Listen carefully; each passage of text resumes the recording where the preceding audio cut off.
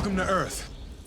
The movie begins in July 2nd, New Mexico, where a worker in SETI searching for an extraterrestrial intelligence institute detects a pulsing signal over their radar.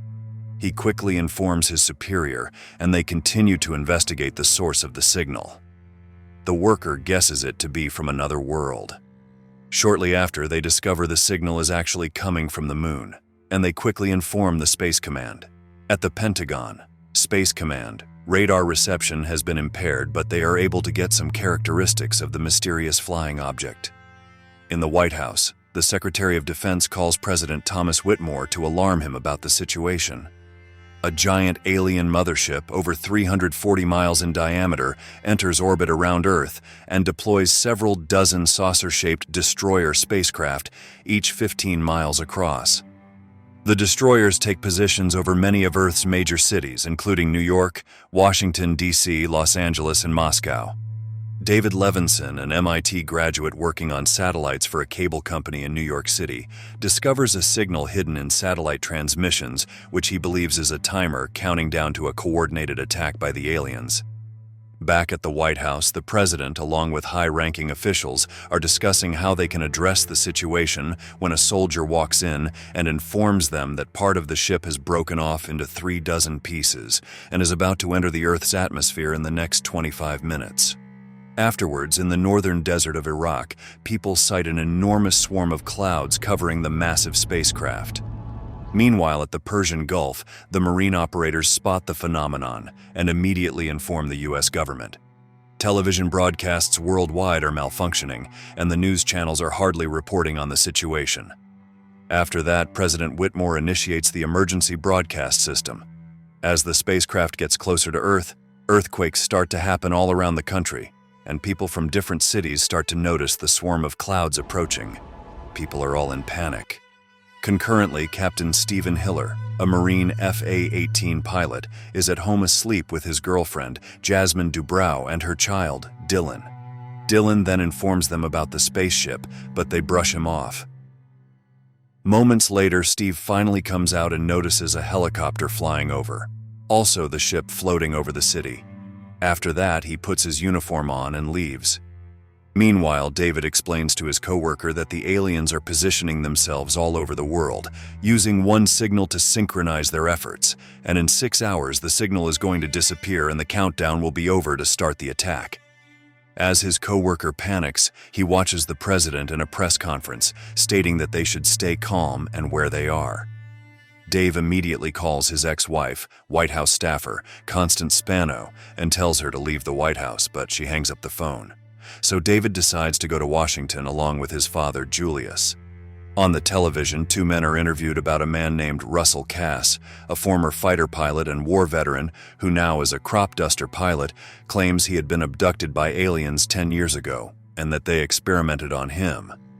Later, Russell, together with his children, decides to leave the area to get away from the danger. Afterwards, with the help of Constance, David and his father Julius gain entrance to the Oval Office to warn President Thomas J. Whitmore of the impending attack. There, David tells Whitmore that the alien visitors are using the Earth's satellite technology to coordinate their attack. The president immediately orders large-scale evacuations of the targeted U.S. cities, but the aliens attack with advanced directed energy weapons before the evacuations can be completed. The president, his young daughter, Constance, along with David, Julius, and portions of his staff narrowly escape aboard Air Force One as a destroyer lays waste to Washington, D.C. New York City and Los Angeles are both destroyed in the same manner, leaving millions dead. During the explosion, Jasmine and her son, Dylan, manage to escape death by hiding in a building. On July 3rd, the United States conducts a coordinated counterattack. The Black Knights, a squadron of Marine Corps FA-18 Hornets from El Toro Marine Corps Air Station, participate in an assault on the destroyer that has devastated the city of Los Angeles. Their weapons fail to penetrate the craft's force field, and it responds by releasing scores of smaller attacker ships, which are similarly shielded and armed with high-energy laser blasters. One-sided dogfights ensue, and the FA-18 squadrons are quickly destroyed. Steve manages to evade the guns of the attacking ships, though his wingman Jimmy Wilder is shot down and dies. Steve lures a single attacker to the Grand Canyon, There, as his jet is about out of fuel and the attacker is about to overtake him, he deploys the landing chute for his jet, covering the alien craft's window, temporarily disorienting the pilot. Steve ejects from his jet as the alien crashes into the top of the canyon wall and lands in the desert. Then Steve parachutes to a landing close by and angrily marches over to find and confront whatever life form is in the alien craft. The door to the alien fighter craft pops open, and a very bizarre-looking creature with tentacles appears. Steve delivers a right-hand punch and knocks the creature out, saying, "Welcome to Earth." He sits down and smokes a victory cigar. On board Air Force One, President Whitmore consults his staff, who report that NORAD has been destroyed by the invaders, and the Vice President, Whitmore's cabinet, and the Joint Chief have all perished in the attack, arguing about how they should have issued an executive order to evacuate the major cities that were attacked. David's father suggests that the U.S. government did know about the invaders, having stored some evidence of a previous visit at Area 51 in the Nevada desert. The president is humored and tries to tell Julius that Area 51 doesn't exist. However, Whitmore's defense secretary, Nimziki, tells the president that the installation is in fact true. As Steve is using his parachute to drag the body of the alien across the desert, he is picked up by Russell Cass, who is traveling across the desert with his kids and a group of refugees in a convoy of RVs. From there, they take the captured alien to Area 51, commanded by Major Mitchell. Area 51 conceals a top-secret facility housing a repaired alien attacker ship and 3 dead alien bodies. The president arrives and is given a tour by Dr. Brackish Oken, the head scientist at the facility. Oken tells the group that the aliens' biochemistry is similar to our own, and they can breathe our air. They don't seem to use sound to communicate, thus the staff believes they communicate telepathically. Attempts have been underway since the late 1960s to repair the attacker ship, and with the arrival of the mothership, the systems in the attacker have reactivated. Moments later, Steve arrives at Area 51 with the captured alien. When Okun removes an outer biomechanical suit from the alien Steve captured, the living being inside is revealed. The creature regains consciousness and kills most of the examining crew, and because it has no vocal cords, it makes use of Dr. Okun's voice to communicate with President Whitmore, who is outside the glass windows of the lab. Its first words are, "Release me." President Whitmore poses a question to the alien, asking if the people of Earth and their invaders can live in peace. The creature says no peace. When the president asks the creature what it wants them to do, it responds, "Die." Shortly after, it uses its telepathic powers to invade the president's mind, which briefly incapacitates him. The military personnel shoot the alien through the glass, with Major Mitchell stepping through the broken glass and delivering a final headshot. Dr. Okun is left in a coma. During the time that President Whitmore was immobilized, he was able to read the thoughts of the aliens and learned of their plan. They attack planets, kill off any indigenous life, use up the resources, then move on. "They're like locusts," he says. President Whitmore issues very clear orders to nuke the bastards. B-2 Spirit bombers are deployed, with the first destroyer targeted one that is hovering over a deserted Houston TX. The weapon explodes, but proves ineffective at penetrating the craft's defensive shield and destroys the city instead. As a result, the president orders the remaining bombers to be called back. First Lady Marilyn Whitmore had been on a working trip to Los Angeles and got caught up in the destroyer attack there. Steve's exotic dancer girlfriend, Jasmine, rescues Mrs. Whitmore when she comes across the wreckage of the helicopter the First Lady had been attempting to escape in. Steve later finds Jasmine, her son Dylan, and the First Lady camped out in the remains of El Toro MCAS and flies them in a helicopter to Area 51. A doctor tells the president that his wife has uncontrollable internal bleeding. She dies not long after that.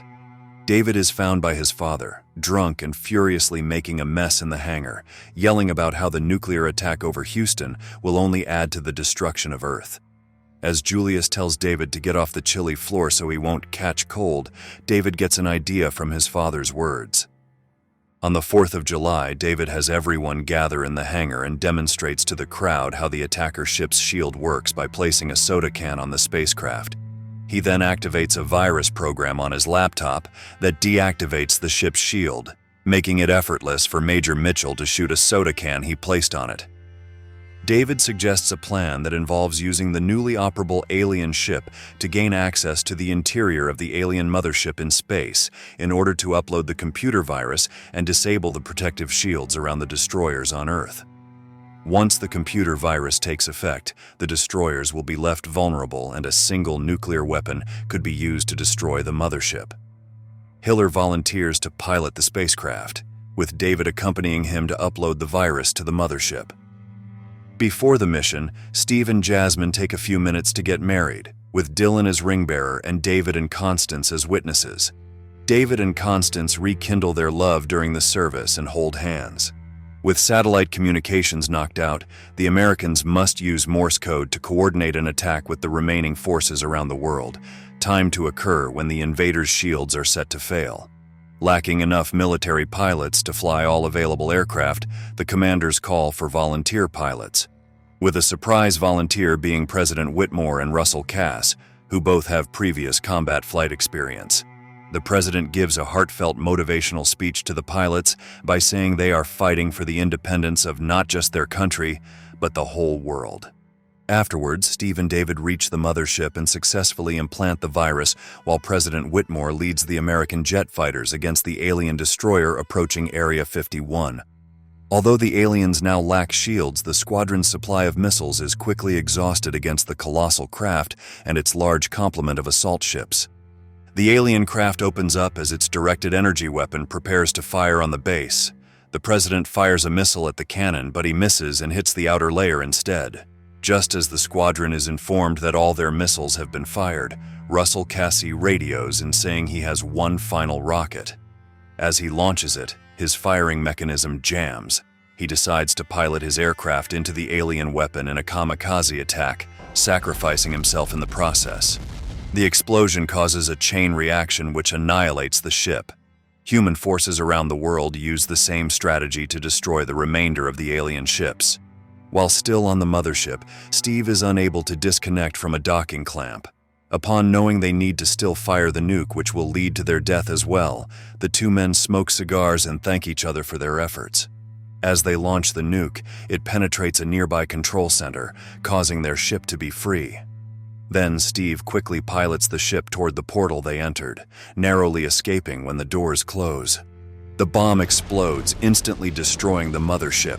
Steve and David are caught up in the fire and debris of the mothership's explosion, but are able to return to Earth unharmed, crash landing in the desert close to Area 51. The movie ends as Steve and David emerge from the smoke and dust to join their waiting friends and families, both smoking cigars and everyone celebrating while enjoying the debris from the mothership enter the atmosphere like shooting stars.